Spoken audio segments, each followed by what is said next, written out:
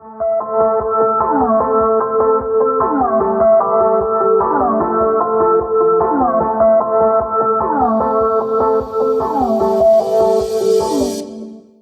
à toutes et à tous dans La Boîte à Gants, le podcast qui donne de la voix à vos histoires automobiles. Je suis Yann Delplanque et chaque semaine je vous en partage de nouvelles. Aujourd'hui j'ai le plaisir de recevoir Jerry Blayenberg, co-animateur de l'émission Wheeler Dealers, occasion à saisir aux côtés de son acolyte Aurélien, émission qui est diffusée sur RMC Découverte depuis 2016. Il nous raconte son enfance et comment il est tombé dans l'automobile très jeune avec un grand-père concessionnaire Jaguar, un oncle et un père qui eux avaient une concession Datsun, mais pas que, puisqu'il roulait avec en course avec cette même marque. À travers cet épisode, Jerry revient sur sa passion automobile éclectique, et notamment pour le hot rod, alliant son intérêt pour le milieu artistique, la culture américaine et plus particulièrement californienne. Il nous explique d'ailleurs comment son amour pour les États-Unis l'a poussé à commencer à exporter et vendre des autos américaines en Europe, afin de financer ses séjours outre-Atlantique.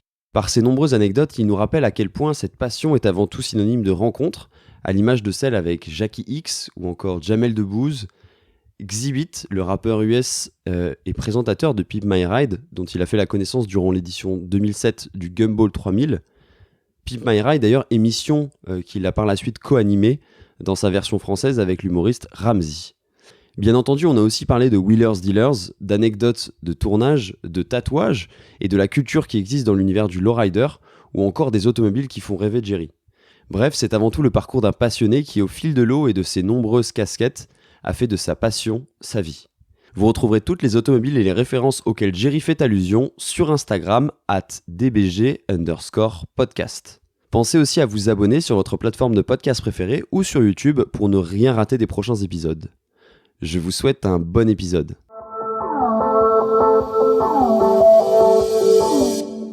Salut Jerry. Salut Yann. C'est un plaisir de t'accueillir dans la boîte à gants. Bah écoute, merci de me recevoir en tout cas. Est-ce que tu peux te présenter un peu en 2 mots pour les gens qui ne te connaissent pas ? Ouais, en 2 mots, alors, je m'appelle Jerry Blayenberg. Donc je co-anime en tout cas avec mon pote Aurélien Leteux l'émission Wheeler Dealers France sur RMC Découverte, le canal 24 de la TNT, depuis maintenant déjà 6 ans. Nous sommes sur la saison 6, enfin la saison 6 est en train de se diffuser là pour l'instant. Et puis voilà, moi en gros, je viens un petit peu du secteur de l'automobile quand même. J'ai effectivement fait de l'achat, négociation, revente de voitures, mais j'étais plutôt spécialisé dans la voiture américaine.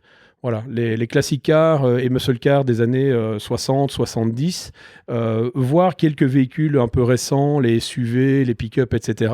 Voilà. Je suis résident américain, donc c'est-à-dire que j'habite pas loin de Los Angeles et j'ai fait beaucoup d'exports pendant pas mal d'années. Je viens d'un milieu et d'une famille en tout cas liée à l'automobile, puisque mon grand-père... J'allais venir, mais écoute, ouais. allons-y. En fait, c'est un peu... T'es passionné depuis l'enfance. Oui, je suis passionné depuis l'enfance. On peut dire que je suis tombé dedans, j'ai baigné dedans, en tout cas étant petit. C'est vrai que mon grand-père avait des concessions en Belgique Jaguar. Il vendait pas mal de voitures américaines, parce que dans ces années-là, les années 50, 60, après-guerre, il y avait pas beaucoup de marques belges, bien évidemment. Il y avait des marques françaises, des marques européennes, mais les voitures américaines étaient très prisées dans ces années-là. Donc voilà, et puis ensuite, ils ont eu d'autres concessions. Mon père, avec son frère, donc mon oncle, avait une concession Datsun. Donc c'était la dénomination pour Nissan ici en Europe. Donc voilà, puis eux deux étaient pilotes automobiles aussi. Donc je parcourais un petit peu les circuits. Donc voilà, j'ai toujours baigné dans un univers automobile, en tout cas, de voitures anciennes, de voitures de prestige, de voitures de course. Donc évidemment, c'est ma passion. C'est devenu presque entre guillemets normal pour toi, c'est-à-dire qu'il y a une désacralisation de toutes ces belles autos parce que c'était devenu ton quotidien. Ouais, c'était devenu mon quotidien. Alors attention, on peut plonger dedans, être dedans, en tout cas baigner dedans étant petit et absolument pas adhérer à ça et partir vers d'autres passions. Moi, personne m'a jamais forcé à aimer l'automobile. C'est venu vraiment tout naturellement. Et puis voilà, moi j'ai quitté l'école assez tôt. Je suis parti bosser directement dans la famille parce que ça me plaisait vraiment de bricoler. Alors attention, je suis pas un grand mécanicien, hein, bien évidemment, mais j'ai démarré comme tout le monde dans un garage à faire les petites œuvres, à faire des petits entretiens, bricoler un petit peu. Après, je me suis occupé du service après-vente. Et puis les années passant, j'ai trouvé une certaine passion dans la culture automobile aux États-Unis, dans ces vieilles voitures américaines évidemment, et puis dans la customisation aussi, parce que le milieu du hot l'off-roading, c'est un truc qui m'a toujours plu. Et je suivais pas mal la presse que des gens me ramenaient des États-Unis, des magazines tels que Hot Rod Magazine, Street Roader Magazine, etc. Et puis ça m'a donné envie d'aller découvrir cette culture automobile outre-Manche finalement. Juste avant, pour revenir un petit peu sur ton enfance et comment cette passion est née, tu disais que ton père et ton oncle étaient pilotes. Ils étaient pilotes sur quel type de voiture? Sur Datsun justement. Okay. Ouais. C'était un petit championnat provincial à l'époque, et puis ils ont fait un championnat national, c'était de l'endurance, et ils roulaient sur Datsun, puisque c'était évidemment, ils représentaient leur concession, et voilà, et ils ont démarré en compétition sur des Datsun 510, et ensuite sur les fameux Z, bien évidemment, parce que c'était la voiture de sport par excellence, évidemment. Il fallait représenter la marque, et quoi de mieux que rouler sur une Z. Donc ils ont roulé en 240Z, en 260Z et puis en 280Z. Voilà. Mais c'était il y a quelques années déjà, bien évidemment. Alors j'ai connu tous ces circuits prestigieux. J'habitais pas très loin du circuit de Nivelles, en fait, ce circuit qui a accueilli la Formule 1 à l'époque. J'habitais à 2 km de là. Et puis les circuits de Zolder, évidemment, Spa-Francorchamps, etc. Voilà. Mon père a travaillé comme mécanicien, parce qu'il était concessionnaire, il était pilote, mais il était mécanicien aussi. Donc il a bossé dans des teams quasi d'usine, on peut dire, parce qu'il a bossé sur les 24 heures du Mans. Pour Nissan et Nismo. Donc voilà, donc j'ai toujours suivi leur parcours, mais au-delà de ça, le parcours d'autres aussi dans les sports mécaniques. Tu as sûrement dû avoir la chance de côtoyer des grands pilotes de l'époque aussi? Ouais, bien évidemment. Ouais, j'ai vu alors beaucoup de pilotes qu'on chérissait en Belgique, évidemment, comme les frères Martin, etc., sur des courses d'endurance comme les 24 heures de Spa-Francorchamps. Puis des gens un peu plus connus, comme Jackie X. Étant petit, moi, je me rappelle avoir fait des tours en voiture, tu vois, voiture de ouvreuse sur Spa-Francorchamps, à côté de Jackie X, par exemple, tu vois. Et je voyais très souvent, parce qu'on a plus ou moins le même âge, sa fille, Vanina, sur les circuits aussi, quand on était petit. Donc j'ai suivi tout ça, bien évidemment. C'est un peu naturel pour moi de voir tous ces pilotes. Donc voilà. Et en grandissant, est-ce que tu te dis, je veux continuer, en tout cas ma vie, mes études, justement, toujours avec cette perspective de l'automobile, ou il y a un moment où ça a peut-être lâché, tu as eu un décalage et tu es parti sur d'autres univers? Non, pas réellement. J'ai toujours aimé le monde artistique, finalement. Donc tout ce qui découlait finalement un petit peu de l'automobile. Donc j'ai aimé la peinture pendant des années, le dessin bien évidemment, parce que j'ai commencé à dessiner un petit peu. C'est un truc qui est en toi ou pas, ce petit côté un peu artistique. Enfin artistique, je me prétends pas être un artiste, mais en tout cas j'avais cette fibre, j'aimais ça. Sensibilité. Ouais, cette sensibilité du beau, des couleurs, de l'image aussi, parce que je me suis lancé dans le dessin, j'ai fait de la peinture après évidemment. Donc ce qui m'a amené à finalement à découvrir le milieu artistique dans le milieu de l'automobile, donc que je retrouvais pas mal dans le milieu du hot-roading justement. Donc toutes ces voitures qui étaient peintes avec de superbes couleurs, des belles peintures, etc. J'ai commencé à peindre des casques et des casques de motocross à l'époque parce que c'était la mode. Je me suis entraîné un petit peu là-dessus, puis j'ai peint des voitures telles que des lowrider ou des hot-rod. Comment elle s'appelle la technique déjà, tu sais, pour peindre justement? Il y a plusieurs techniques évidemment, tu vois, il y a la peinture tout simplement, mais puis après tu as le pinstripe par exemple. Exactement. Le pinstriping c'est faire de belles lignes, rectiligne au pinceau, tout simplement, à la main, à main levée. Après, il faut apprendre à faire des courbes, etc. Il y a différentes techniques, mais le pinstriping, c'est une des techniques utilisées dans le milieu des graphiques, justement, de l'automobile. Et puis c'est curieux parce que j'ai toujours fait de la photo et de l'image aussi, tu vois. Donc, j'ai, au-delà du côté artistique, manuel, on va dire, avec la peinture et le dessin, j'ai toujours fait de la photo. J'ai fait beaucoup de vidéos aussi à l'époque, tu vois.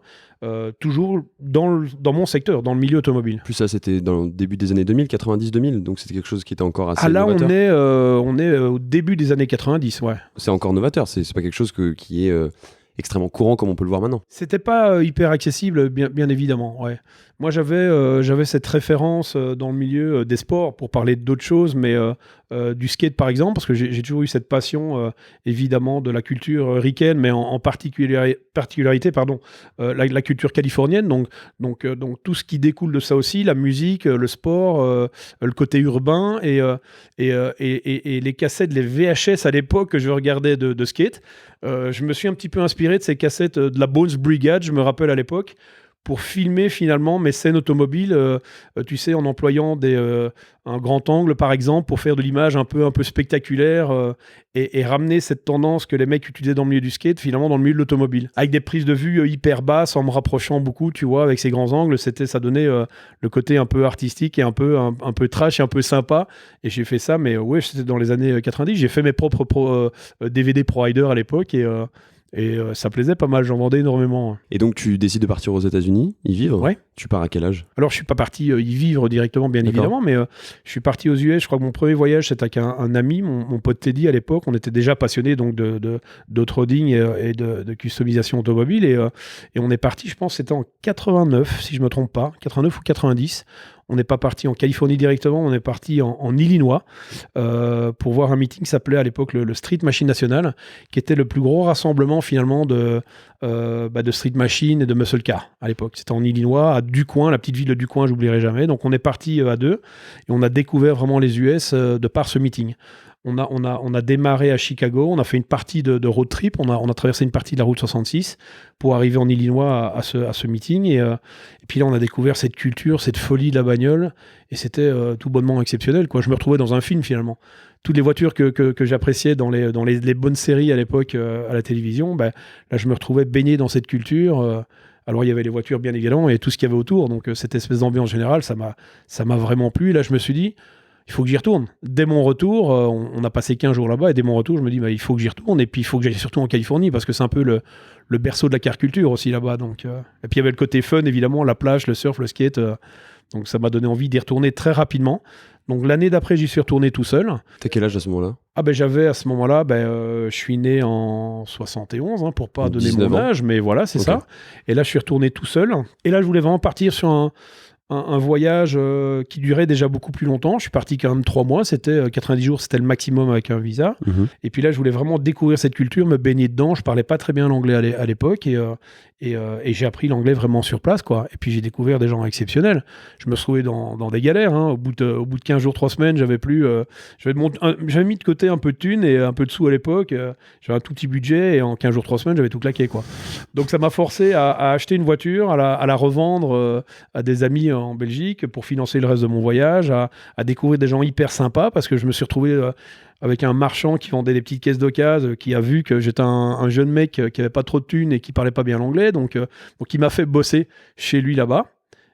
J'ai bossé pendant quelques semaines, je nettoyais les bagnoles, je bricolais un petit peu, je dormais dans une caravane, quoi, tout simplement. Et c'est comme ça que j'ai découvert cette culture, voilà.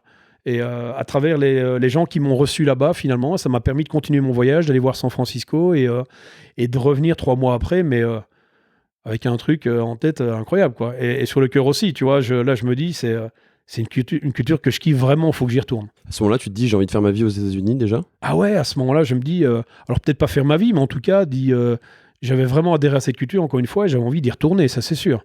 Et puis j'y retournais à peu près 1 fois par an, en finançant après mes petits voyages, en commençant à faire de l'achat de voitures. C'est ça, en fait, c'est comme ça que tu t'es mis le pied à l'étrier. Tu disais tout à l'heure, c'était entre guillemets pour survivre parce que tu n'avais plus d'argent. C'est exactement ça. C'était pas une passion. Je me suis pas dit un jour je vais être marchand d'automobile. Tu vois, non, c'était pour survivre.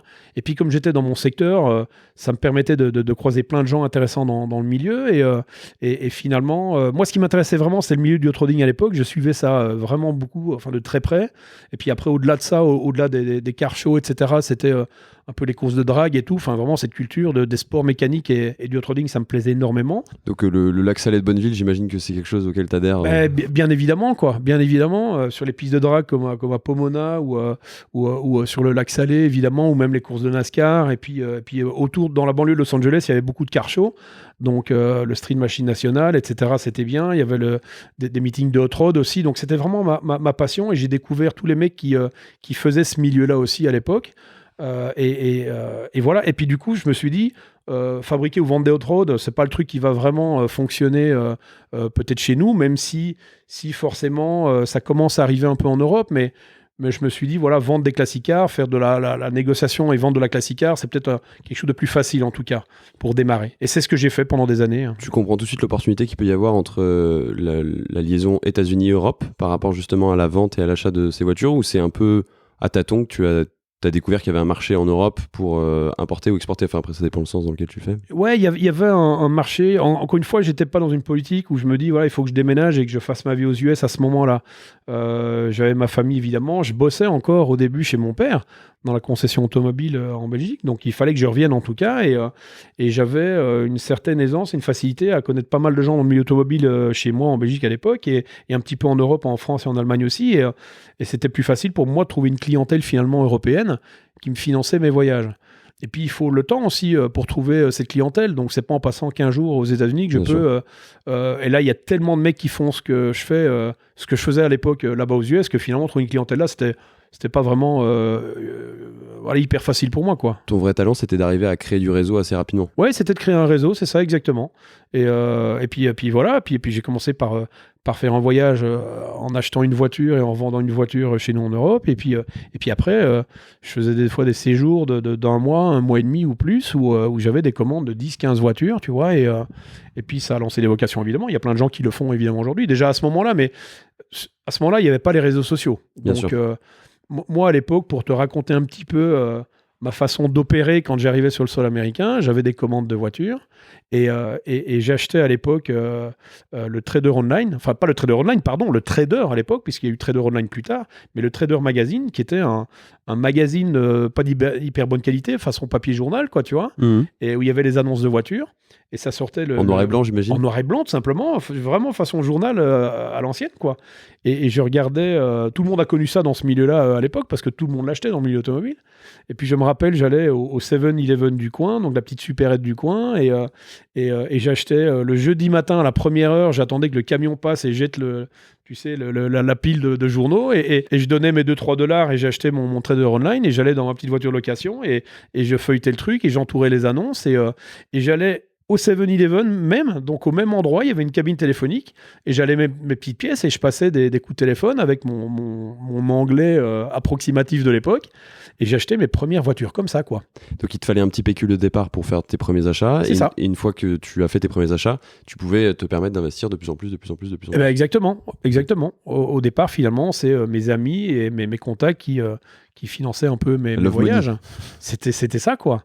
Alors, une fois que j'avais trouvé mes premières voitures, je les envoyais à la compagnie de shipping, hein, tu sais, pour le transport. Et puis moi, je restais un petit peu là-bas pour profiter justement de ma passion, qui était le milieu du hot-rodding et un peu des courses automobiles, quoi.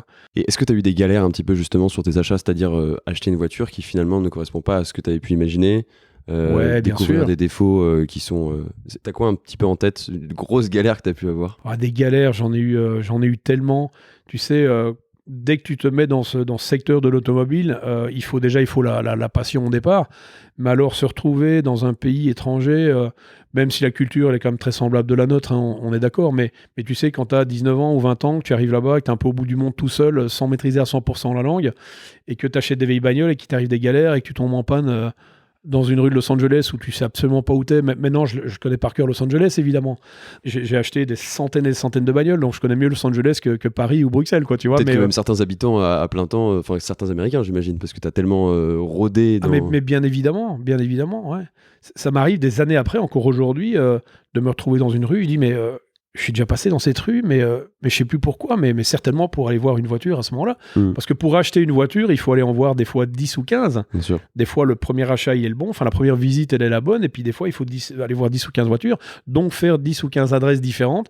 Donc, je peux te dire qu'avec toutes ces années, j'ai parcouru Los Angeles de long en large, quoi, évidemment. Donc pour revenir aux galères, oh là là, des galères, des pannes, bien évidemment. Et puis après, le problème, c'est quand il t'arrive une galère là-bas sur place, mécanique, je parle, hein, parce que je peux pas dire que j'ai eu d'autres galères que ça, finalement. Donc des galères mécaniques sur place, c'est facile, parce que finalement, quasi au coin de la rue, t'as un mec qui va bricoler ta bagnole ou trouver les pièces rapidement, et ça va pas coûter cher. Ce qui est plus chiant, bien évidemment, c'est quand la voiture, elle est exportée en Europe, qu'elle arrive ici, et que là, il y a des problèmes mécaniques. Tu vois, là, c'est plus compliqué, parce que les pièces sont plus chères, les délais, parce qu'on n'a pas toujours les pièces en stock. Puis il n'y a pas forcément les personnes qui connaissent aussi bien ces voitures qu'aux États-Unis. Ben voilà, non, on trouve a un an, ouais. énormément de passionnés aujourd'hui qui maîtrisent très très bien, bien évidemment, ce secteur-là, mais c'est surtout pour les pièces, quoi. Les pièces, c'est plus compliqué parce que les pièces sont pas toujours en stock, bien évidemment. Donc, C'est sûr. et encore une fois, les galères de l'époque, c'était souvent, j'en reviens à ma petite histoire de tout à l'heure avec ma cabine téléphonique au coin de la rue avec mes petites pièces, mais tu sais quoi, c'est là où c'était, enfin c'est très marrant quand j'y repense aujourd'hui, mais quand tu as, tu sais, tu as d'un coin de l'oreille, entre l'oreille et l'épaule, finalement, le téléphone, le cornet de téléphone à l'ancienne, avec ton magazine et que tu feuillettes et que en même temps tu dois trouver des pièces parce que ça va tomber en rade et que tu te rends compte que tu n'as plus de pièces dans ton futal, tu vois. Et c'est ces galères-là qui sont très marrantes, quoi. Et puis le coup de vent, tu sais, fatal, qui vient te faire tomber ton magazine où tu perds tes pages. On est sur un sketch. Et on est sur un sketch, quoi. Et des fois, je suis tombé sur des mecs qui étaient hyper sympas au téléphone et puis la conversation a coupé. J'ai jamais réussi à revoir les gars derrière. J'ai des fois raté des ventes comme ça ou des achats comme ça plutôt. Ouais, donc ouais, des petites histoires comme ça, il m'en est arrivé, mais tellement toutes ces années. Donc Jusqu'à ce qu'en 99, tu crées la société ProRider et tu structures cette activité finalement. Ouais, exactement. Donc là, je suis encore une fois, je suis en Belgique toujours à ce moment-là. Donc on crée ce truc-là avec mon associé de l'époque. Et puis là, on avait pignon sur rue. On avait un tout petit garage. Hein, et lui, il gérait un peu le garage. Et moi, je partais aux États-Unis, continuer à faire ses achats, etc. pour les exportations vers l'Europe. Et puis voilà, ça a commencé comme ça. Et suite à ça, comment se déroule un petit peu ton arrivée sur d'autres projets? Parce que t'as créé ProRider, c'était toujours à la tête de cette entreprise. Mais tu as commencé à t'intéresser à d'autres projets, notamment à la télé. Comment s'est fait cette transition? Je me suis moi-même jamais réellement intéressé à la télé. D'accord. C'est un peu la télé qui est venue à moi parce que c'était pas une vocation d'être ni journaliste ou animateur télé à l'époque, tu vois, absolument pas du tout. Et alors, si tu veux, je me suis un petit peu diversifié parce que j'allais...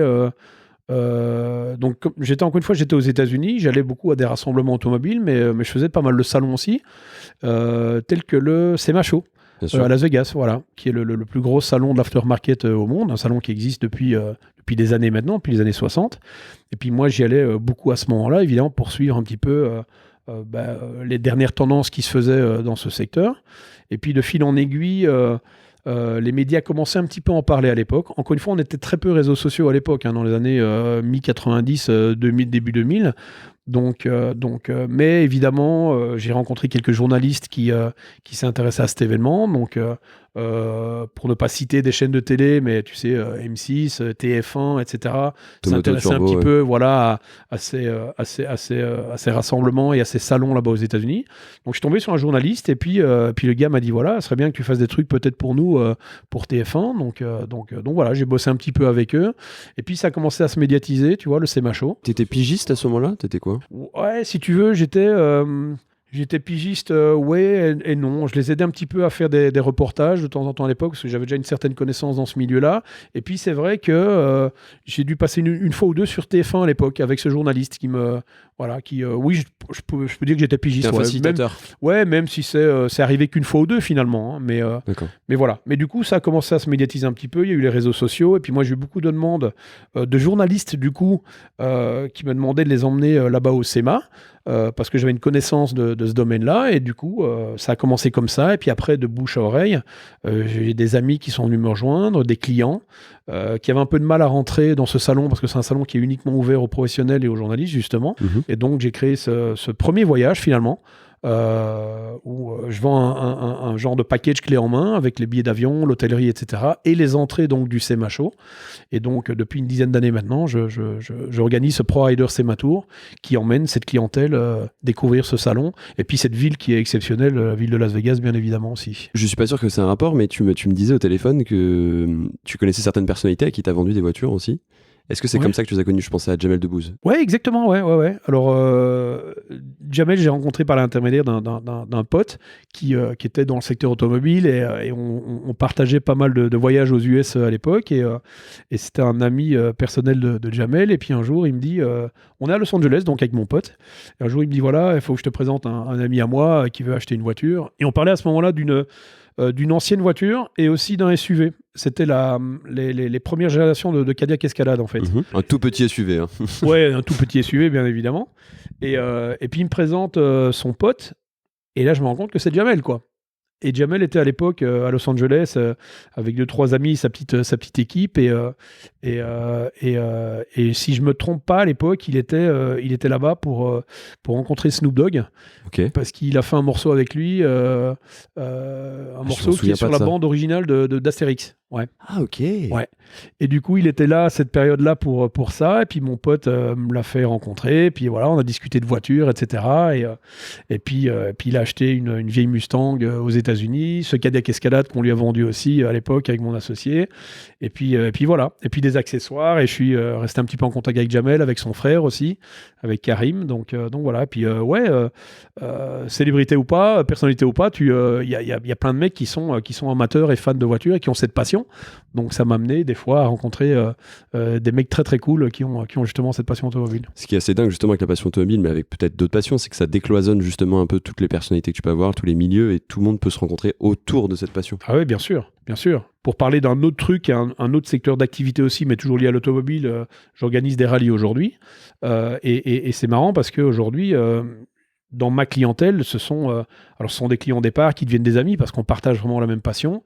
Il y a des gens qui viennent de tous les univers. Hein. Très honnêtement, il y a des gens qui viennent de tous les univers et c'est ça qui est bien. C'est un truc qui est fédérateur. Aujourd'hui, que tu sois plongé dans ce milieu ou pas, tu vois passer une vieille voiture ou une voiture de sport, c'est un bel objet avant tout, ça attire les regards.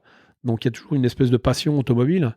Dans Wheeler Dealer, c'est ce qu'on retrouve finalement, c'est que les gens qui font l'audience et qui nous suivent sont pas toujours des gens qui sont plongés dans ce secteur, mais des gens qui aiment la belle voiture, la belle automobile. C'est du divertissement, en même temps les gens apprennent des choses et on a aujourd'hui sur cette émission beaucoup de gens qui veulent en savoir plus, qui veulent découvrir. Moi je reçois beaucoup de messages sur les réseaux sociaux de gens qui veulent acheter leur premier vieux véhicule, qui demandent des conseils et c'est là où c'est bien finalement. On a tous quelque chose à raconter à un moment. Il y a toujours une espèce de... J'ai l'impression, beaucoup dans les voitures anciennes, il y a une espèce de nostalgie, de toute façon une bonne nostalgie. Côté Madeleine de Proust. Ouais, c'est ça. Ouais, voilà. On a tous une histoire ou un souvenir, un moment enfoui en soi, avec une vieille voiture de papa ou du grand-père ou de je sais pas. Mais, et du coup, ça reste un bel objet avant tout. Ça reste un objet de désir avant tout. Pour quoi. ce podcast. Ben, je sais pas. Non, c'est pas. C'est juste que c'est la vérité. Non, mais quoi. je suis totalement d'accord avec toi. C'est la vérité, tu vois. Donc, à un moment, voir une belle voiture, je connais personne qui m'a dit putain, cette bagnole, c'est pas beau, c'est pas joli. L'automobile, c'est vilain, quoi.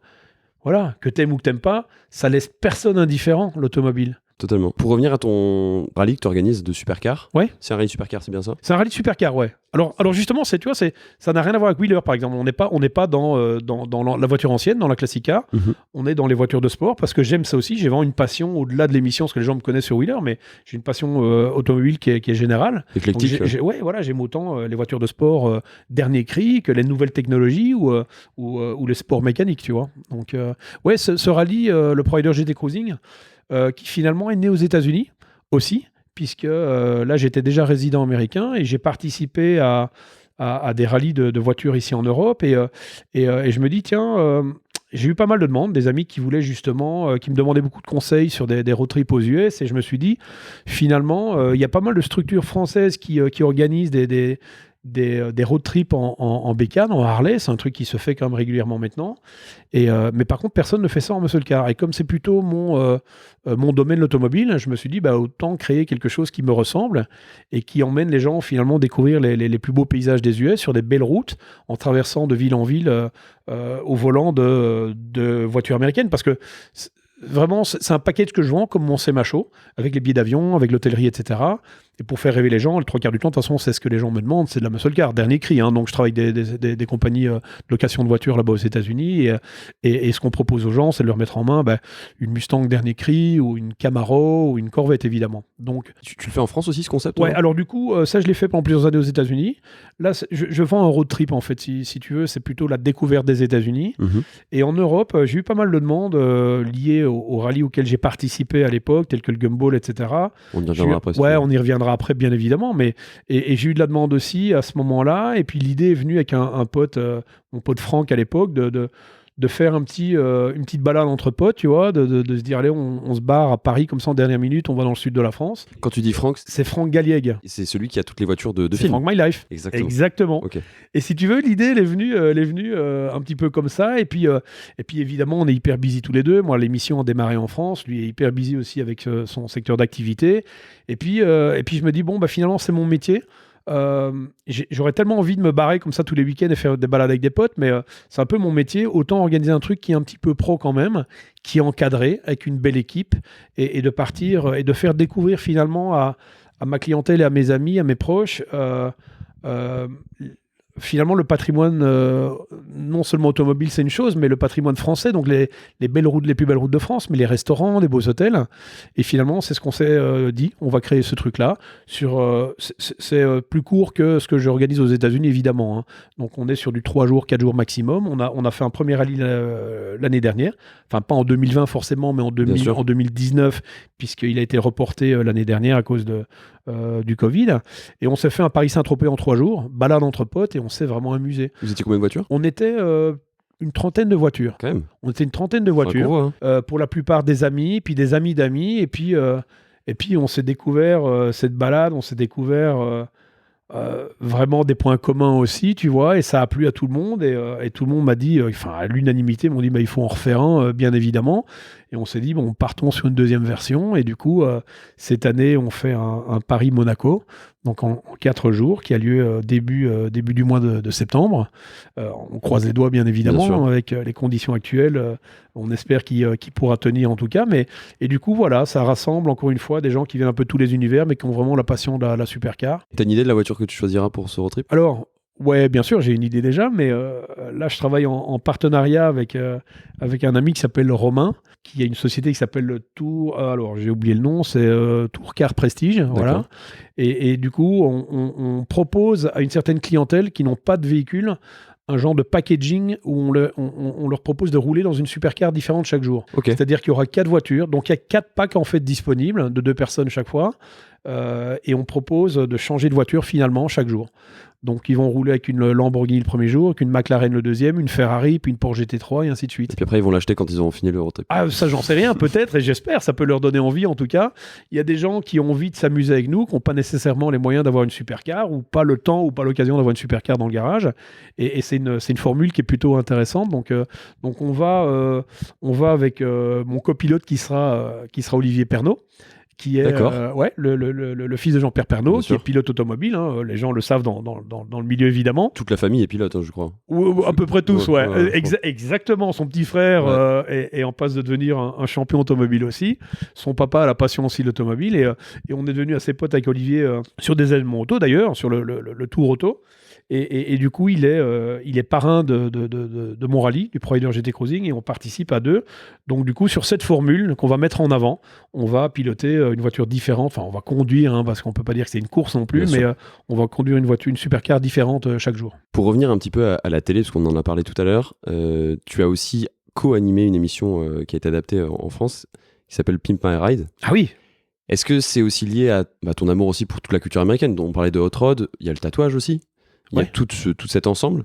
Comment ça s'est fait un petit peu ce projet? Parce que là, c'est ta première vraie animation en télé, non? Oui, c'est vrai. Ouais, c'est venu aussi un petit peu par hasard. Enfin, par hasard ou pas, j'en sais rien. Mais en tout cas, encore une fois, j'étais pas fait pour être animateur, hein, du tout au départ. Et j'étais pas à la recherche de ça nécessairement. Mais ça s'est fait un petit peu. Il y avait l'émission Pimp My Ride, évidemment, qui a cartonné. Hein. Elle fait partie des émissions automobiles qui ont lancé un petit peu ce secteur là aux États-Unis sur les télés.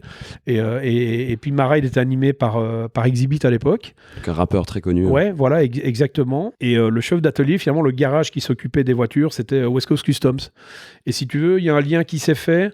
De par peut-être la presse, il y avait déjà un petit peu les réseaux sociaux.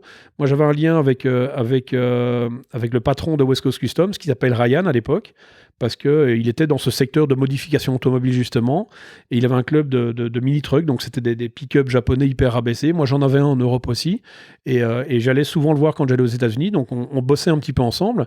Donc j'avais la connexion avec West Coast Customs, et puis Exhibit, qui était l'animateur vedette, on va dire, de l'émission, moi j'avais rencontré sur le Gumball, justement, exactement. D'accord, donc en 2007. Donc en 2007, ouais. La version européenne que j'avais fait en 2007.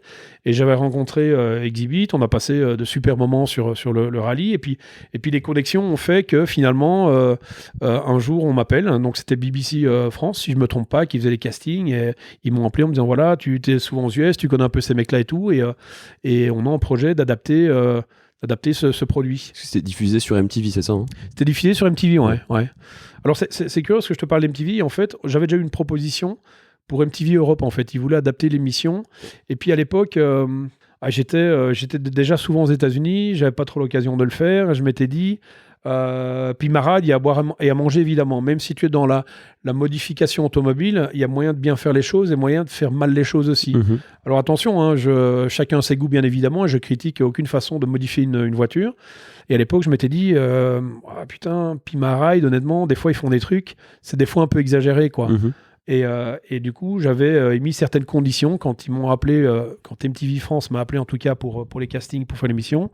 J'avais dit, voilà, bon, bah forcément, j'aimerais bien faire les voitures un petit peu à ma sauce à moi, donc respecter les codes dans le milieu de la modification automobile aux États-Unis, donc les codes autant dans le milieu du hot rodding que dans le milieu, par exemple, des lowriders, etc. Et ils ont accepté ça, à part qu'inévitablement, c'est un peu le fil conducteur de l'émission, c'était pas juste de refaire une voiture esthétiquement jolie, mais de mettre beaucoup d'accessoires dans les voitures.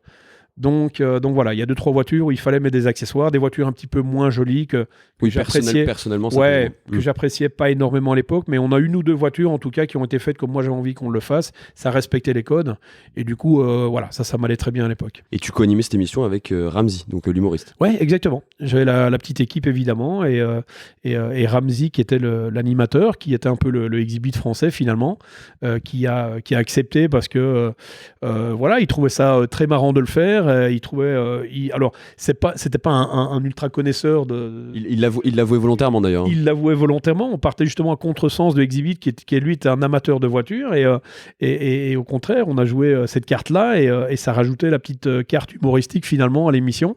Et du coup, voilà, on a fait une très belle saison de cette émission sur MTV à l'époque. Ouais. Tu parlais du Gumball tout à l'heure par rapport à ta rencontre avec Exhibit. Ouais. Donc tu fais le Gumball en 2007.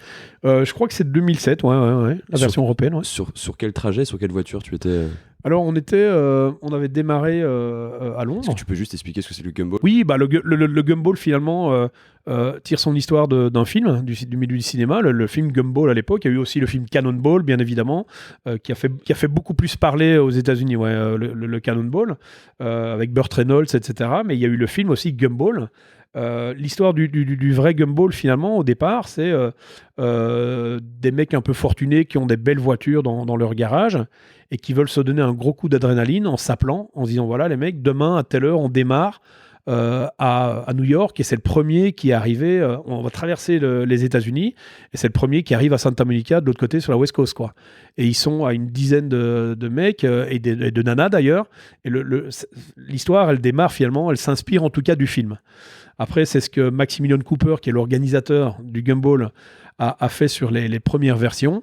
Et puis après, inévitablement, ça a pris de l'ampleur. Ça a pris de l'ampleur, ses amis sont venus, des guests, etc. Et c'est devenu le rallye qu'on connaît aujourd'hui.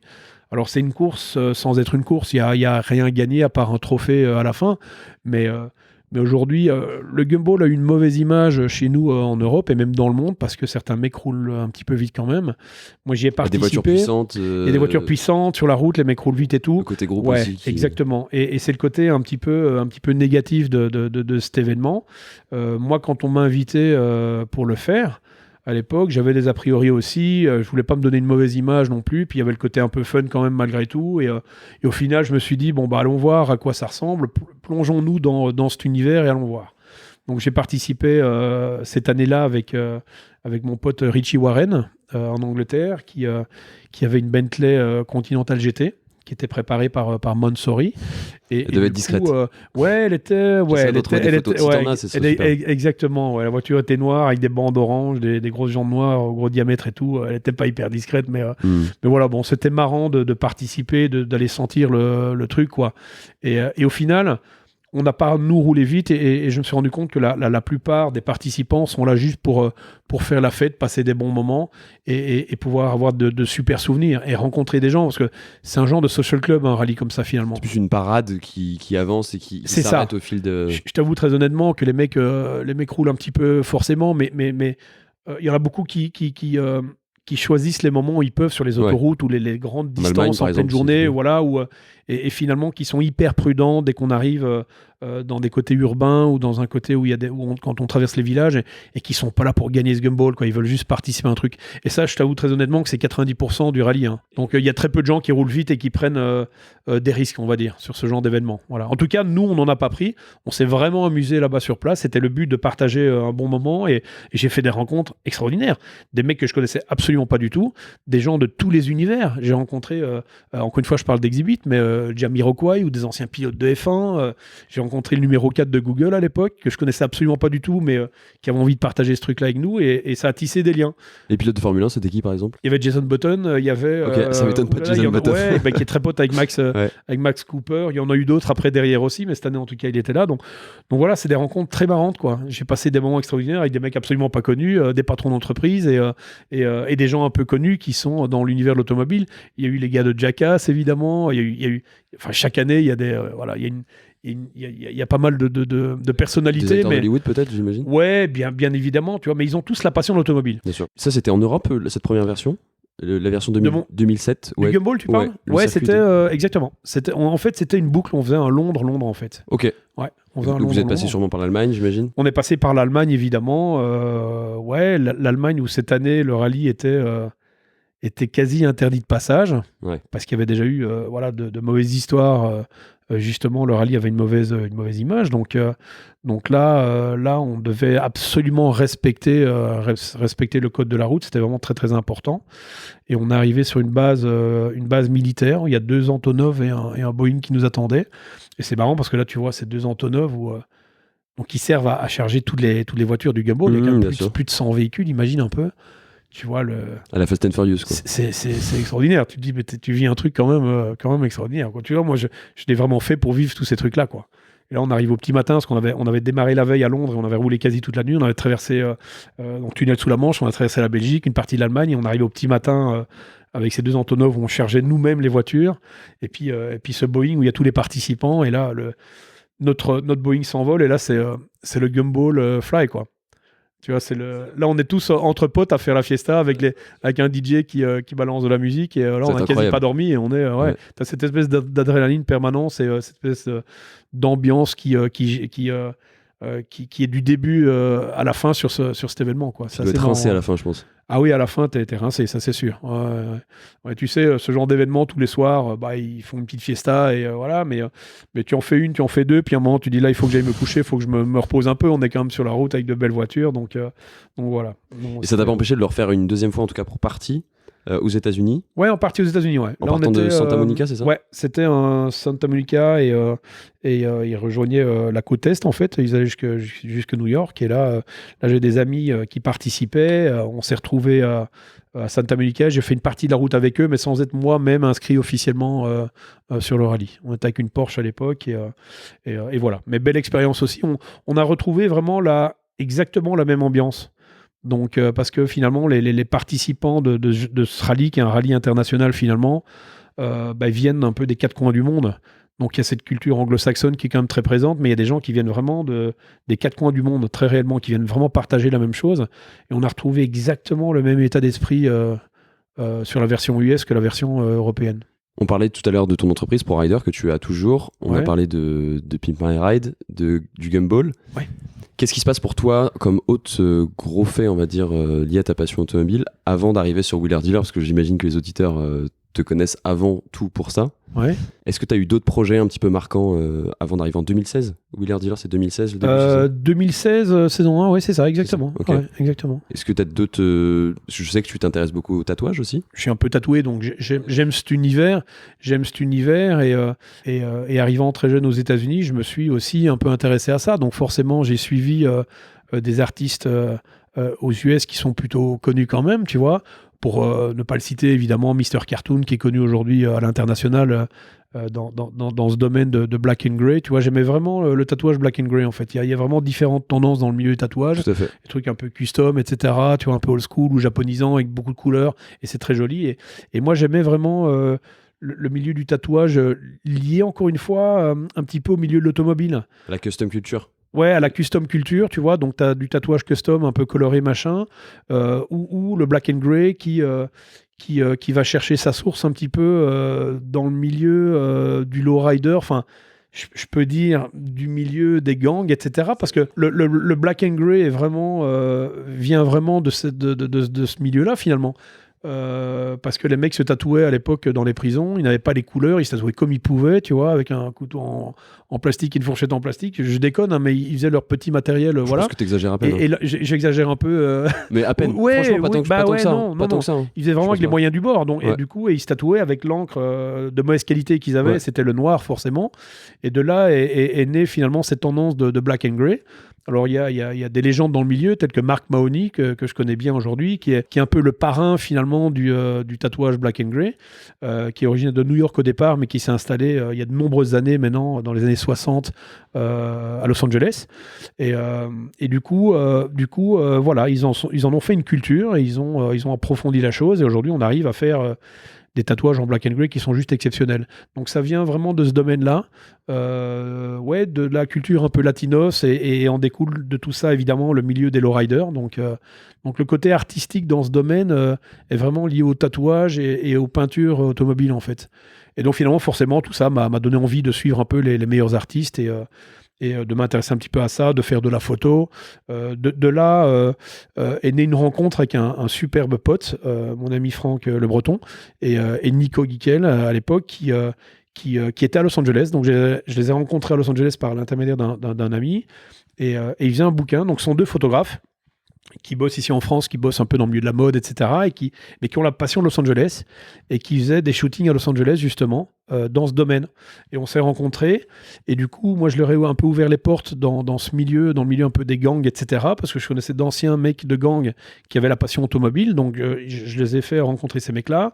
On a fait des lowrider car show, évidemment, aussi, et du coup, ça les a vraiment aidés à créer cet artbook, ce bouquin, sur les rues de Los Angeles, qui s'appelait Les Kings, en fait. Là, on a une réédition là justement pour l'anniversaire des 10 ans de ce bouquin. Mais il y a le côté artistique, où étaient photographes, parce qu'eux sont des pros, hein, c'est vraiment les photographes, mais voilà, j'étais un petit peu, j'ai créé des contacts évidemment. Encore une fois, tu as amené ton réseau. Et puis j'ai amené un peu mon réseau et le côté artistique aussi pour aider à faire certaines photos. Faire comprendre les codes peut-être aussi, leur donner un peu de oui, bien sûr, certains codes, bien sûr. Autant dans le milieu automobile que dans le milieu des mecs, des anciens mecs de gang, etc. Parce que voilà, quand tu as des connexions, c'est bien, il faut pas les donner à n'importe qui, il y a des codes à respecter. Donc il y a certains shootings qui ont mis des semaines à se faire. Parce qu'il a fallu que j'explique aux mecs que c'était deux photographes, qu'on n'était pas là pour dénigrer, pour raconter n'importe quoi sur ce milieu-là, mais justement pour amener le côté artistique et la patte justement des photographes sur un beau bouquin de photos, et ça nous a ouvert des portes, et ça leur a permis à tous les deux, à Franck et à Nico, d'accéder à des mecs qui étaient durs d'accès justement. Bien sûr. Ça a créé des photos qui sont exceptionnelles. Dans ce bouquin, c'est quasi que de la photo. Presque chaque photo a une vraie histoire. Nous, on la connaît, cette histoire. Mais si tu achètes le bouquin, tu t'imagines des choses inévitablement. Mais on pourrait le feuilleter l'ensemble et j'aurais une histoire pour chaque photo quasi, quoi. Et voilà. Et de là a découlé cette amitié avec Franck et Nico. On a même fait un deuxième bouquin qui s'appelle Custom Culture, du coup. Je regarderai sur Google, mais je mettrai les liens. Je t'enverrai les liens, bien évidemment, ouais. Alors, si tu veux, LA King, c'était plutôt le côté artistique, mais journalistique aussi, et très dark, évidemment. Il y a beaucoup de noir et blanc. Et dans le deuxième bouquin qu'on a fait avec Franck derrière, là, on est plutôt sur un côté custom culture, l'automobile, très coloré, voilà. Et là, j'ai beaucoup bossé avec lui parce que là, j'étais un peu directeur artistique, finalement. Je lui ai amené les liens dans le secteur de l'automobile et tout ce qui en découle, encore une fois aussi, le tatouage, la peinture, etc. Et c'est là où, encore une fois, tu peux te faire plaisir sur ta sensibilité artistique. Ouais, là, je me faisais vraiment plaisir en ramenant les idées, finalement, les accessoires, les personnages, et on a créé ce bouquin à deux, mais encore une fois, ça reste lui le photographe même si moi j'adore la photo, que j'ai fait un peu de photos, mais ça reste vraiment lui l'artiste du bouquin, mais voilà, on a quand même créé cet univers à deux finalement. Tu lui apportais les éléments et après lui il faisait les choix finaux. Ouais, exactement, ouais. Donc dans ce côté-là, j'ai toujours aimé ça. On a même un projet qu'on a démarré il y a 2 ou 3 ans maintenant à Los Angeles. C'est un 3e bouquin d'ailleurs, avec Franck, qui ramène encore une fois, mais là vraiment l'univers du tatouage.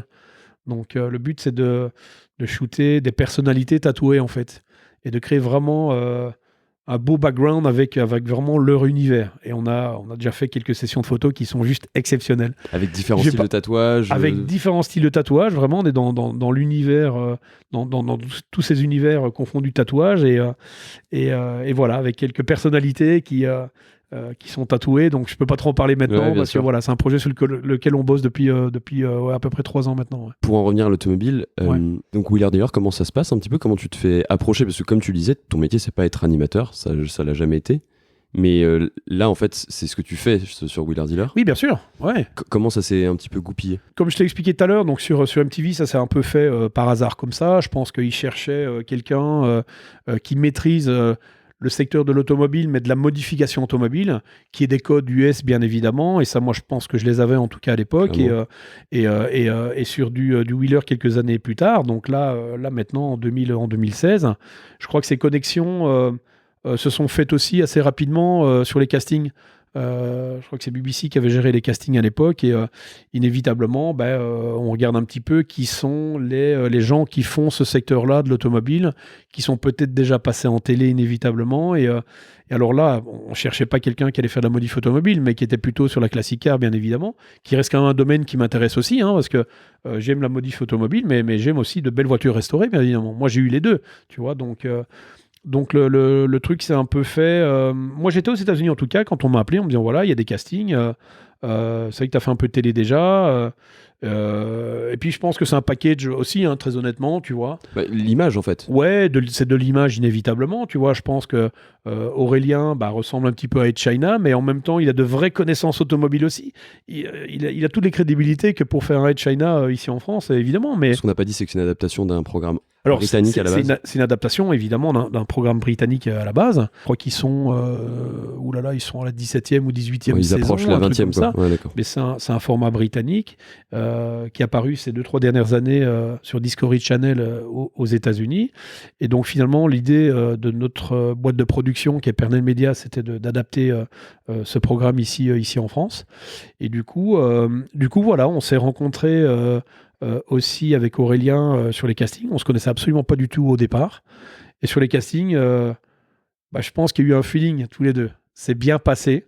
Et sur les castings, on a fait une petite session, on faisait un achat de voiture tous les deux. Et je pense que ça a plu à la production et aux gens de la chaîne à ce moment-là. Et puis, c'est vraiment né comme ça, en fait. Vous passez beaucoup de temps ensemble quand vous enregistrez? Alors, quand on enregistre, ouais, parce qu'on passe...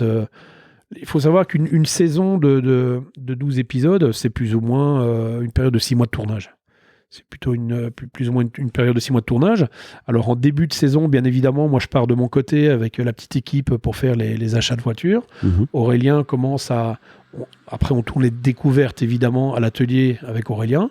Et puis lui il lance ses sessions de mécanique, donc de démontage, etc. Et puis après de mécanique pure. Et là, ce sont des scènes qui sont tournées. Enfin, lui, il est seul finalement en plateau à ce moment-là. Et moi, je suis seul sur les achats. Mais tout le reste de la saison, on est ensemble finalement. Donc, on se voit évidemment énormément. Alors, il y a la distance parce que moi, quand je suis ici en France, en tout cas pour les tournages, je suis ici à Paris. Lui, il est en Normandie. Il est entre Rouen et Dieppe. Lui, il a un atelier automobile, Aurélien. Donc, lui, il est là-bas. Donc, sur le reste de la saison, on s'entend beaucoup au téléphone parce qu'on est très proches tous les deux. Au-delà de Wheeler Dealer, on participe à des rallyes, etc. Et on a une vraie connexion, une vraie amitié. On a une vraie connexion, on a une vraie amitié. Ouais. Quand on tourne les scènes, tu vois, d'essais de voiture ou à l'atelier quand on est à deux, c'est des journées où on se marre énormément parce qu'on est très potes tous les deux, tu vois. Donc on n'a pas l'impression de travailler et qu'on s'amuse en fait. Mais il y a quand même, sur les 6 mois de tournage, il y a quand même pas mal de séquences où il est seul de son côté et moi seul du mien, bien évidemment. On n'est pas toujours ensemble. Mais on passe quand même beaucoup de temps sur les 6 mois forcément collés. Dans ce cas-là, tu es 6 mois en France, j'imagine. Tu fais pas forcément les allers-retours entre les États-Unis et la France. Ouais, très peu parce que je peux pas rester des périodes plus de 6 mois en France étant résident américain. Je dois voyager assez régulièrement, mais je repars sur ces périodes-là, en tout cas, sur des très courts séjours. Ouais. On peut dire que je passe quasi 6 mois, voire même un peu plus maintenant en France. C'est presque pour valider ton ticket d'aller aux Ouais, États-Unis. presque. Ouais, bah, évidemment, j'ai toujours envie à un moment d'y retourner, de vivre un peu ma vie là-bas, d'aller revoir les potes, etc. Mais je passe même un peu plus de temps en France maintenant, depuis ces 2-3 dernières années en tout cas. Voilà, depuis que l'émission fonctionne et depuis que d'autres projets se sont ouverts à moi aussi ici en France, évidemment. Et puis il y a mes rallyes, tu vois, le rallye, le Pro Rider GT Cruising, ça prend quand même pas mal de temps, ça demande beaucoup de travail. Il y a d'autres petits événements qu'on est en train de monter avec Marie, mon associé, aussi toujours liés à l'automobile, hein, mais des petits trucs autour des 24 heures du Mans classique, C'est encore des petites secret pour opérations. Ouais, voilà, on est en train de monter ça pour l'instant et voilà, ce sera des petits road trips, mais on va privatiser des genres de cottage un peu sympa au cœur du Mans, par exemple, pour les 24 heures du Mans ou le Mans classique. Et on aimerait rassembler quelques amis pour pouvoir se dire on fait un petit village pro rider et on vit vraiment from the inside le truc pendant 2-3 jours. Voilà. Pour revenir à Wheeler Dealer, est-ce que tu as des anecdotes un peu de tournage, des petites histoires sur ces 6 premières saisons? Parce que là, vous êtes en train de tourner la 6e, c'est ça? Oui, c'est ça. Est-ce qu'il y a des petites histoires qui te reviennent un peu en tête, marquantes? Il y en a beaucoup, évidemment. Il y en a énormément, évidemment. Pour en citer une comme ça, ce qui me marque vraiment, il y a des anecdotes qui sont très marrantes, évidemment, mais ça, il y en a des tonnes. Mais il y a un truc qui me marque, par exemple, c'est quand on est au-delà des tournages, au-delà des diffusions, c'est quand on rencontre les gens. On n'imagine pas à quel point c'est percutant une émission comme ça, et il y a vraiment un impact dans le milieu de l'automobile. Ces émissions ont vraiment ramené du positif dans ce secteur depuis des années. Moi, je rencontre des gens. Là, par exemple, on était sur un événement au Maroc. J'étais invité par Conny et par le garage, par l'école du Garac, pardon. Et on crée vraiment de nouvelles vocations. Il y a des métiers à l'ancienne dans le secteur automobile qui sont en train de disparaître et qui sont en train de revenir, justement. On intéresse les jeunes, de par nos émissions, à se réintéresser à ces vieux métiers. Et puis les rencontres, par exemple, sur les rallyes. Une anecdote, on était sur le Tour Auto avec Aurélien il y a 2 ans, et malheureusement, une petite sortie de route en piste, sur circuit. Aurélien casse la voiture, boîte de direction est cassée, les 2 roues sont complètement à l'opposé à l'avant, et la voiture est impraticable. Et à ce moment-là, on fait jouer notre réseau. On passe juste parce que l'équipe technique, malheureusement, ne peut pas voir toutes les pièces automobiles. Hein. L'assistance ne peut pas voir toutes les pièces. On ne peut pas savoir ce qui a cassé sur une voiture. Donc, ils ont peut-être un moteur neuf dans le camion, mais par contre, la direction, il n'y avait pas. Et à ce moment-là, on se rend compte que en passant 2-3 coups de téléphone, on fait jouer notre réseau. Et en moins de 10 minutes, on a trouvé la pièce. Alors, on a dû faire de la route pour la récupérer, mais tu vois, c'est ces bons moments-là qui sont des histoires intéressantes à raconter pour moi. C'est les rencontres avec les gens. Ouais, bien sûr. Et encore une fois, on revient sur la même chose, c'est la passion, ça crée des relations.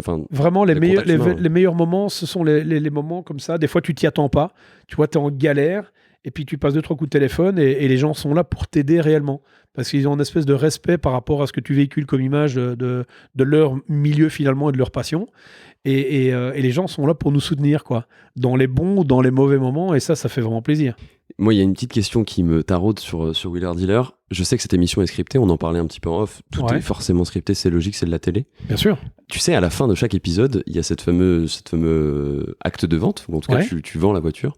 Et à chaque fois, tu sais, il y a cette pseudo-négociation, puis on tape dans la main, enfin, sauf Covid, maintenant on tape plus dans la main. Comment c'est monté, ça? C'est-à-dire que vous vous entendez sur le prix bien avant? Comment ça... Je sais pas si tu as le droit de le révéler, mais... Oui, tu sais, il n'y a pas de secret non plus. Tu sais, encore une fois, une émission comme ça est un minimum scripté, comme toutes les émissions, même le produit original, même Mike Bauer et Anthony Onstad, maintenant, qui a remplacé Ed China. Je les vois de temps en temps là-bas sur les plateaux. C'est scripté un minimum aussi, parce que il y a un moment, sinon c'est immontable. Je veux dire, si on part complètement à l'improvisation sur un truc comme ça, c'est pas une émission journalistique, ça reste du divertissement quand même. Et pour qu'on parte d'un point A et qu'on arrive à un point B, et tu sais, quand on tourne une scène, on peut la recommencer 2 fois, comme on peut la recommencer 10 fois. Donc si on part sur chaque prise à l'improvisation complète, mais c'est immontable après derrière. On peut pas parler de n'importe quoi, on a un sujet bien précis, on a une émission qui a un format à respecter. Et encore une fois, c'est de l'automobile, donc la saison, elle dure 6 mois, c'est très long. Ça a un coût, tout ça aussi. Donc t'imagines si on part à l'impro à chaque fois, mais c'est une émission qu'on doit monter en 6 mois aussi. Donc, ça me mettrait 1 an finalement à monter ce programme. Donc, tout ça est un minimum scripté, bien évidemment, et tout est un minimum calculé à l'avance. On sait bien évidemment quelle voiture on va acheter au départ. Il y a une vraie équipe derrière aussi. C'est une équipe de 25 personnes, la production de Wheeler Dealer. Ah oui, si on compte vraiment tous les intervenants, il y a un moment, c'est plus de 20 personnes en tout cas. Donc inévitablement, tout est déjà un peu préparé à l'avance. On trouve les acheteurs. Il y a un mec qui gère le parc automobile, qui va voir les voitures, qui les analyse évidemment, qui fait une expertise. T'imagines un petit peu si je dois, au hasard comme ça, aller au bout de la France, voir une voiture avec les caméras et l'équipe, et que cette voiture est déjà vendue ou qu'elle ne m'intéresse pas du tout. Enfin, imagine un peu, ça serait terrible. C'est impossible, c'est impossible. Donc, tout un peu préparé à l'avance, bien évidemment, mais la production achète réellement les véhicules, elle les revend réellement derrière. Donc, tout ça, c'est la réalité. Mais après, les scènes qu'on tourne, en tout cas, tout est un petit peu écrit, tout un peu préparé. C'est comme toutes les émissions du monde. Je te parlais de cette scène parce que à chaque fois, ça me marque, que ce soit la version anglaise ou la version française, ça change rien d'ailleurs, c'est la même chose. C'est quand il y a cette fameuse acte de négociation avec l'acheteur. Bien sûr. Cette pseudo-négociation qui me fait toujours rire en fait, parce que t'as toujours 2 retours en mode ping-pong et hop, on se met d'accord sur le prix. Et je trouve ça toujours amusant. Ouais, parce que c'est dans la réalité, c'est un peu comme ça aussi. Ouais, totalement. Moi, étant marchand automobile, je peux peut-être considérer ça un peu comme ça, même si je le fais nettement moins maintenant, et que ça a toujours été plutôt un truc pour allier une autre passion automobile aux États-Unis, tu vois, mais inévitablement, ça se passe comme ça. On arrive, on négocie, le gars veut un tarif, on sait très bien qu'on va proposer le prix le plus bas possible. Quand je mets à la place de l'acheteur, hein. Quand tu vas voir une voiture, tu essaies toujours de négocier un maximum et de donner ton prix le plus bas, tout en gardant quand même, en respectant quand même le vendeur. Surtout quand la voiture est nickel. Ouais, il y a certaines règles à respecter quand même. Il faut pas. Il y a aussi une formule de politesse. Quand une voiture est à 15 000, on n'arrive pas en proposant 2 000 euros de la voiture, bien évidemment.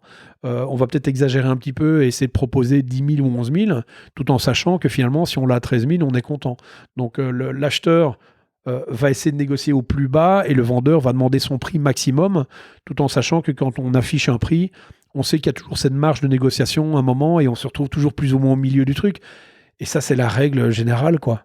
Et c'est quasi comme ça à chaque fois. Enfin, on peut dire à 90%, c'est comme ça que ça se passe. D'autant plus que là, dans l'émission, le fait de faire une marge sur l'achat-revente, ça reste une excuse. C'est-à-dire que c'est pas c'est une version imagée de ce qui peut se passer dans la réalité, mais en aucun cas l'émission a besoin de ça pour être viable. Bien évidemment, moi la production, ce sont pas des marchands de voitures, c'est une production qui fabrique des programmes télé pour proposer aux chaînes, et son but n'est pas de faire des bénéfices énormes sur les voitures, bien évidemment.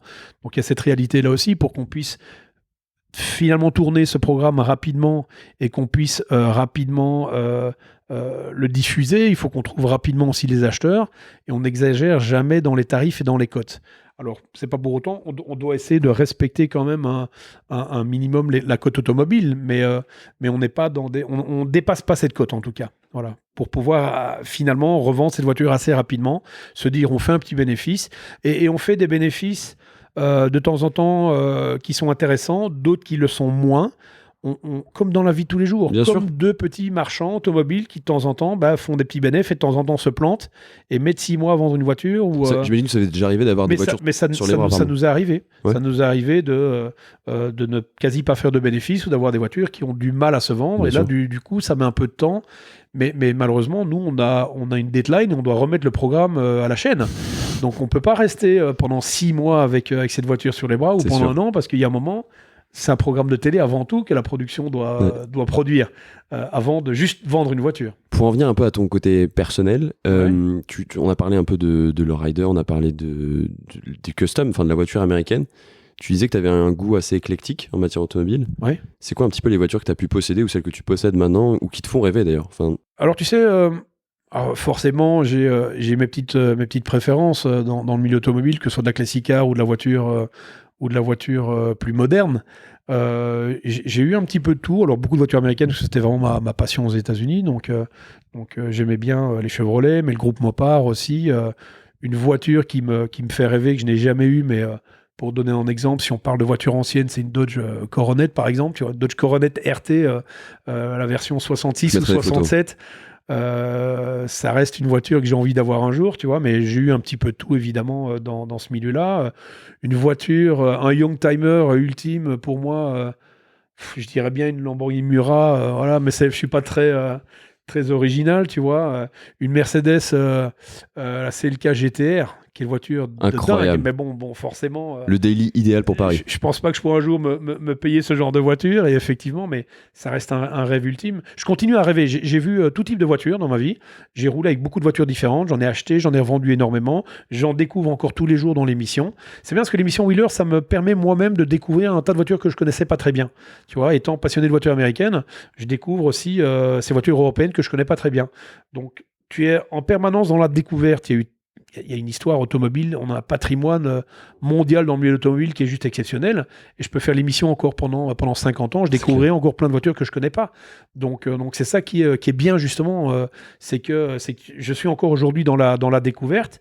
Maintenant, j'en oublie la question principale au final. Mais celles qui te font rêver. Mais même... celles qui me font rêver. Mais tu sais qu'on pourrait peut-être même revenir, j'ai envie de te dire, parce que c'est un cheminement. Ouais. À ta première voiture, par exemple, ta première voiture, c'était quoi, tu t'en souviens? Bien sûr. Oui. Ma première voiture, c'était une Datsun, comme tu peux imaginer. C'est logique. Ce qui est pas mal pour débuter. Hein. C'était une Datsun 100A.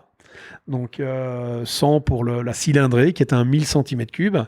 Et à l'époque, ils avaient fait de cette voiture, ils avaient fait une version une année ou deux après, un peu plus puissante. Et il y avait un 1200 en fait. Et je me rappelle que j'avais reçu cette voiture de la concession de mon père, voilà, je l'avais bricolé, je l'avais déjà customisé à l'époque parce que c'était déjà ma passion, et j'avais même transféré le moteur de la 1200 dans la petite 100A, tu vois, et c'était ma première voiture, donc j'ai eu quelques Datsun, j'ai eu des 160J, des 160B, j'ai eu une 510 aussi, tout ça va paraître un peu bizarre pour les gens qui connaissent pas la marque. Est-ce que tu as des photos encore de ces voitures-là? J'ai quelques Sinon je photos. retrouverai, hein, mais... J'ai quelques photos évidemment, et c'est marrant que tu me parles de ça parce que aujourd'hui, il y a un épisode de Wheeler, justement, le dernier épisode de la saison 6. Et l'épisode, justement, c'est une 240Z. Donc, c'est une Datsun. Donc, c'est une exclue, ouais, c'est pas un secret. Là, sur les réseaux, tout le monde le sait déjà aujourd'hui.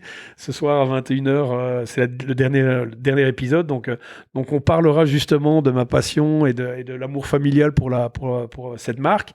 Et justement, je leur ai envoyé à la production deux photos de moi à côté d'une Datsun. Alors, j'avais pas encore mon permis. Hein, quand les photos ici, tu verras, j'ai 5 ou 6 ans. Mais t'as pas de tatouage non plus, j'imagine? Non, voilà. Des photos de mes voitures à l'époque, quand j'avais 18 ans, je pense. Non, j'en ai pas malheureusement. Non, mais ce que tu auras pour, si tu veux, illustrer, ce que je me sers d'Instagram pour illustrer sûr. Un peu en tout cas, voilà. Ma première voiture, c'était une Datsun 100A. Okay. Imagine. Voilà. Tu vas voir, c'est une petite bombe. Tu vas voir, c'est assez marrant comme voiture. Je crois voir ce que c'est, ouais. C'est un petit coupé un peu fastback comme ça, c'est assez curieux, mais c'était ma première voiture. Et puis je suivais déjà la presse US avec ces voitures un peu modifiées, les vieilles voitures américaines, les coccinelles aussi, parce que c'était vraiment ma passion pendant quelques années. Et ma deuxième voiture, c'était une coccinelle. C'était une 1200 de 68, si je ne me trompe pas. Donc, vous avez d'ailleurs fait un épisode sur la coccinelle. Ouais, on a fait un épisode avec une coque. Ouais. On a fait un épisode avec une coque. Elle était orange, si je me souviens bien, non? Elle était rouge au départ. Elle était rouge, okay. Elle devait avoir un rouge un peu abîmé, et c'est pour ça que j'ai souvenir. Un rouge brique un peu particulier. Je me souviens de sièges très abîmés, enfin dans l'intérieur qui était foireux, ouais. J'en souviens.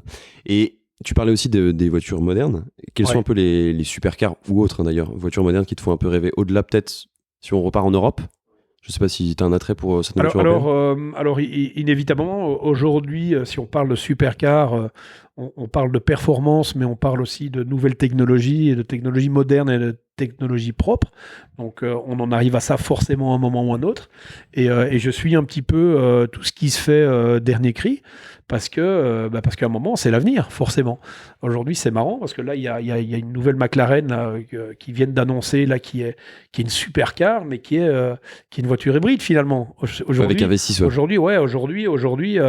Aujourd'hui, on parle de performance, mais aussi de nouvelles technologies, de technologies propres. C'est hyper important, donc c'est important de suivre tout ça aussi. Quand tu es un petit peu à l'ancienne, forcément, quand tu es né dans cette culture automobile avec des bons gros V8 qui font du bruit et que tu as passé une partie de ta vie sur les circuits en tentant de passer ces moteurs, forcément, je pense que ça nous quittera jamais, on aimera toujours ça, mais il y a un moment, ce sera le passé, même s'il faut continuer à respecter le passé, et si on continue à avoir cette passion, et on va continuer à faire vivre cette passion, inévitablement, mais on doit aussi pouvoir accepter les technologies modernes. Donc tout ça passe par que ce soit des supercars, mais des voitures de monsieur tout le monde, qu'on voit tous les jours dans nos rues. Il faut savoir respecter ça. C'est un charme différent, évidemment. Ouais, non, mais c'est sûr, il faut pas. Je pense qu'il y a à aucun moment il faut les comparer. C'est deux choses différentes. C'est incomparable, mais il y a du positif, bien évidemment aussi, parce que très honnêtement, j'adore être sur un circuit, entendre passer des vieilles voitures de course. Ça me donne des frissons là maintenant, mais de temps en temps, me dire être au volant d'une voiture hybride comme ça ou électrique et me dire là je me fais une petite balade dans la campagne et il n'y a pas un bruit et c'est aussi kiffant pour les oreilles aujourd'hui de se dire putain on roule dans un truc qui fait pas de bruit et qui est propre quoi. Ça fait du bien aussi de temps en temps. Donc les deux sont bons à prendre évidemment. Et il y en a certaines justement dans ces modernes qui te font encore rêver vraiment lors du... Ouais, du rêve, parce que je vois pas d'autre mot que ça. Mais bien évidemment, j'ai pas. Alors, moi, je possède pas de supercar, bien évidemment, même si j'organise un rallye qui ramène ce genre de voiture. Mais j'en ai pas une qui me fait plus rêver qu'une autre. Mais toutes ces marques sont juste toutes exceptionnelles. Il n'y a pas une marque qui va créer une supercar aujourd'hui qui va être moins belle que les autres, quoi. Elles ont toutes quelque chose de différent et elles racontent toute une histoire très différente. Aujourd'hui, si on parle sur la dernière, là, on l'a annoncé, enfin, on a vu les premières photos officielles il y a quelques jours de la nouvelle GT3. Ouais. La nouvelle 911 GT3, elle est juste exceptionnelle. Conduire une Porsche, ça reste un vrai bonheur de conduite pour quelqu'un qui aime les supercars. Mais je te parlais de la nouvelle McLaren évidemment. Là, je vois dans 2-3 jours, je vais voir la dernière Lambo Huracan qui est en démo là ici à Paris. Je suis tellement impatient de la voir aussi. J'ai vu les premières photos comme tout le monde, je les ai découvertes sur les réseaux sociaux. Elle a l'air bien, mais il faut aller la voir en vrai et la sentir cette voiture, tu vois. Donc toutes ces voitures ont quelque chose d'extraordinaire et ont un vrai historique aussi. À raconter. Donc, mais j'en ai pas une qui me fait plus kiffer qu'une autre. On sent la passion quand tu parles du ça, on la sent, il y a même pas de débat là-dessus. Tu peux pas te la payer une caisse comme ça, mais bordel, enfin je dis ça, oui, il y en a qui peuvent se la payer, mais la voir en près, la toucher, la regarder, mais quel objet exceptionnel quoi. T'as les moyens, t'as juste envie de te l'acheter, la mettre dans le salon. C'est clair. Tu vois. Donc bien évidemment, c'est le surkiff et c'est la cerise sur le gâteau de pouvoir rouler avec et de pouvoir se balader sur les plus belles routes de France sur un rallye tel que le mien, mais déjà pouvoir la regarder, l'admirer et pouvoir avoir du respect par rapport au mec qui a dessiné ces voitures aujourd'hui. Mais on n'est pas obligé d'aller dans le milieu de la supercar. Je prends l'exemple de Renault qui fait revivre la R5. Waouh, quel travail exceptionnel de Gilles Vidal. Cette voiture, elle fait juste rêver. C'est juste un bel objet avant d'être un objet qui peut nous amener d'un point A à un point B, quoi. L'automobile, c'est ça avant tout. C'est pour ça que tu as une espèce de passion généralisée, que ce soit dans le domaine de la voiture ancienne ou des supercars, des voitures modernes, ou des voitures de tous les jours, ou même dans le milieu des utilitaires. Aujourd'hui, on fait des utilitaires qui sont magnifiques, quoi. Avant, une camionnette, c'était une camionnette. Aujourd'hui, on arrive à faire de belles camionnettes, de beaux utilitaires, de beaux pick-up, parce qu'il y a un moment, c'est un bel objet avant tout, même si on l'utilise tous les jours pour se déplacer ou simplement pour les travailler. Pour finir, qu'est-ce qu'on peut souhaiter un petit peu pour la suite ? Déjà, amoureux de voiture ou pas, déjà se sortir de cette vilaine période. Bien sûr. Voyager pour toi encore plus. Ouais, on va dire déjà sortir de ce merdier en bonne santé, c'est vraiment, vraiment le principal. En tout cas, continuer à... Nous, on aimerait bien continuer à véhiculer cette belle passion qu'est l'automobile, que ce soit encore une fois par les émissions de télé ou par rapport aux événements qu'on organise, etc., que ce soit de la voiture ancienne, de la voiture plus moderne. C'est vraiment véhiculer cette belle passion, c'est hyper important, parce qu'aujourd'hui, une passion comme ça, ça maintient les gens en vie aussi, quoi. Le quotidien n'est pas tous les jours facile, on le remarque en cette période de Covid. Donc aujourd'hui, ça nous permet de rêver, de continuer à rêver. L'automobile fait rêver, a toujours fait rêver en tout cas, au-delà d'être pratique. Donc moi, je vais juste continuer à rêver, à vivre cette passion et à donner cette passion et cette envie aux gens qui sont déjà plongés dedans ou aux néophytes ou aux gens qui découvrent finalement le milieu de l'automobile. Je pense que ça pousse aussi à rester optimiste, tu vois, effectivement à s'accrocher à quelque chose et... Tu sais, on entend beaucoup la passion est en train de mourir, etc. Moi, j'observe tout le contraire. Vraiment, qui aujourd'hui n'a pas de passion, quoi. Et puis quelqu'un qui aujourd'hui te dit voilà, moi j'ai aucune passion. Quel ennui, quoi. Il va pas te dire ça avec un grand sourire. C'est moins cool comme vie, effectivement. Très honnêtement, aujourd'hui, quels que soient tes problèmes journaliers ou tes problèmes, tu vois, enfin, il y a un moment, je veux dire, dès que tu as la passion, tu retrouves le sourire. Tu retrouves tes amis, tes proches ou ta famille, et dès que tu parles de passion, dès qu'on partage la même passion, en général, voilà, ça donne envie de continuer, quoi. Et dans le bon sens, et tout ça avec la banane, tu vois, dans la vie, je pense qu'il faut positiver. Il y a tellement de négatifs autour de nous. Toutes ces passions ramènent du positif au quotidien. C'est ça qui est important, c'est ça qui nous fait vivre. Non, je voulais plutôt parler de la passion automobile parce que tu sais, il y a tout ce matraquage qu'il peut y avoir en ce moment, etc. Ouais. Pour autant, je pense vraiment que c'est tellement fort, c'est tellement ancré, cet objet est tellement particulier, sans faire du chauvinisme par rapport à d'autres passions. Ouais. C'est un objet qui est quand même particulier parce que déjà, il bouge. C'est fou, tu voyages, tu rêves, t'es libre en fait, t'es très libre. Donc, moi, je crois pas vraiment du tout au fait que ça disparaisse un jour ou que d'un coup, on coupe le cordon, entre guillemets, ça y est, terminé. Vous faites tous du vélo. J'adore le vélo, hein, c'est pas le problème. Ouais. Mais ouais, j'ai tendance à être, surtout depuis que je mène ce projet, à être très, très, très optimiste sur la suite parce que la passion, elle est partout, mais vraiment partout. Encore une fois, je parle d'automobile. Ouais, bien sûr. Mais c'est absolument dingue à quel point ça peut toucher, on le disait tout à l'heure, toutes les strates, hommes-femmes. Malheureusement, majoritairement masculin, mais ça, c'est encore un autre débat. Mais ça touche tous les publics, absolument tous les publics. Ouais, encore une fois, c'est vraiment une belle passion qui heureusement évolue, tu vois, parce que on est en permanence dans l'évolution dans le secteur automobile, parce que ça implique l'évolution technologique inévitablement, et encore une fois, il faut savoir vivre avec le futur, en respectant bien évidemment le passé, mais c'est ça qui fait que c'est une passion qui sera toujours là, parce qu'il y aura toujours un moment quelque chose à créer dans ce secteur-là, dans le secteur de l'industrie automobile. Donc c'est ça qui nous donne envie de continuer pour en savoir plus, bien évidemment, et pour savoir ce qui va arriver demain et après-demain, et ainsi de suite. Donc c'est bien évidemment, moi je pense aussi que c'est une passion qui va perdurer.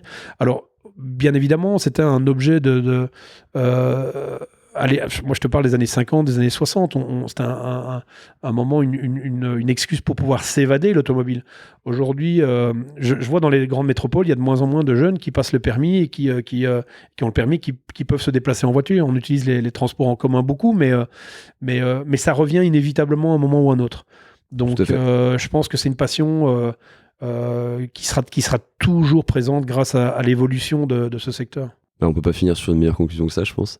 Merci beaucoup, Jerry. C'était super de te recevoir dans la boîte à gants. Eh bien, merci mille fois, Yann, de m'avoir reçu. En tout cas, c'est une belle rencontre. Je souhaite longue vie à ton émission, évidemment. Merci. Et puis, je suppose qu'on se recroisera, à mon avis.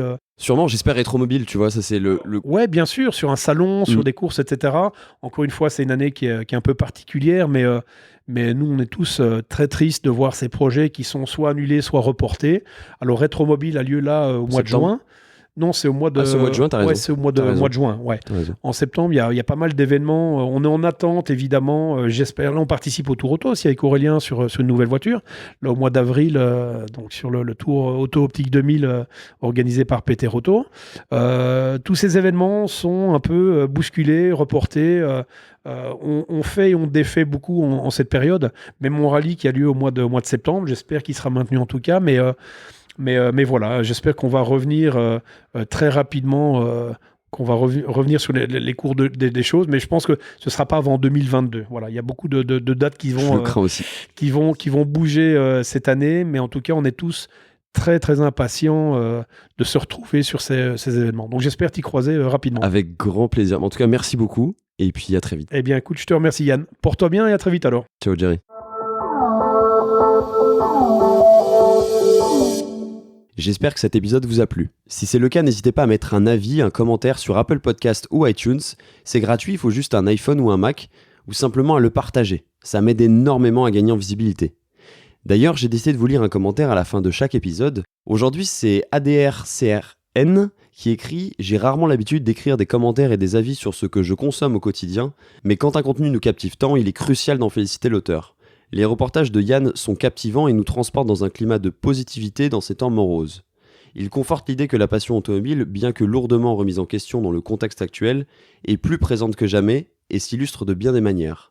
À consommer sans modération. » Merci beaucoup, ce commentaire est juste incroyable. ADR, j'imagine que c'est pour Adrien, donc merci Adrien. Effectivement, je pense que la passion automobile est très très très loin d'être morte. Et je le remarque tous les jours en allant à la rencontre des différents invités qui peuvent passer sur ce podcast et même en échangeant avec vous au quotidien sur Instagram. Oui, il y a une vraie communauté, une vraie envie et on est toujours tous complètement mordus, donc je vois pas comment ça pourrait disparaître du jour au lendemain. J'espère que ce podcast pourra continuer à sa petite échelle à faire vivre cette passion. Pour découvrir les coulisses du podcast, vous pouvez me suivre sur Instagram @dbg_podcast. Pensez aussi à vous abonner sur votre plateforme de podcast préférée ou sur YouTube pour ne rien rater des prochains épisodes. Sur ce, je vous dis à très vite pour un nouvel épisode.